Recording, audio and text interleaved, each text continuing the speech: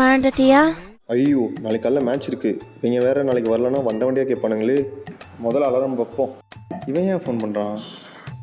Hello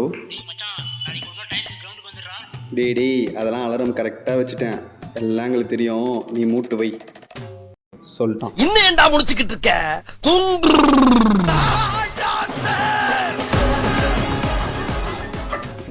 காலங்காத்தால hello 10 alarm வச்சனே. தேவையில்லாம என்ன நீ எங்கேயாவது நீ கோத்து விட்டு திரியற நீ. இப்போ நான் கொடுக்குறேன் மச்சான் டேய் குர்ரா. உனக்கு தான் கொடுக்கணும். டேய் சாவியே குர்ரா, யாரோட வெளில போகணும் மச்சான். ஆல்ரெடி உங்ககிட்ட 2 சாவி கொடுத்துருக்கேன். சாவியை கேட்குற நீ. சரி குர்ரா, நான் இந்த படி தொலைக்காம கொடுத்துறேன்டா குர்ரா.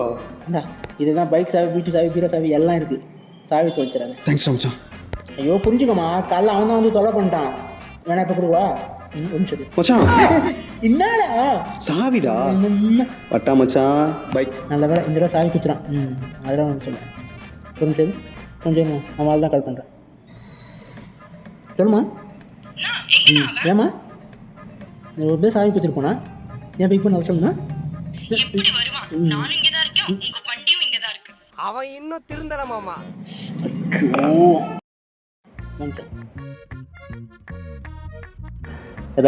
நான் கண்ணை ரெடி பண்ணியாச்சு. இந்த அவனை ரெடி பண்ணான். எல்லாரும் ரெடிச்சு போவேன். உன் சைடில் மட்டும் தான் பெண்டிங். புரியுதா? அட்டா அது ரெடி பண்ணி வச்சுருந்தேன். என்ன யோசிக்கிறது? பேசாமல் நம்ம மறக்கிறதே கண்டென்ட்டாக யோசிச்சுட்டா. ஏதோ பெரிய கண்டென்ட் இருக்குன்னு வர சொன்னான். ரொம்ப நேரமாக யோசிக்கிறானுங்க. நான் இருக்கும் பெரிய டேரக்டர் உட்காந்து யோசிச்சுட்டு இருக்கேன். ஷோபா டேய், அப்படின்னா தான்டா கண்டென்ட்டு.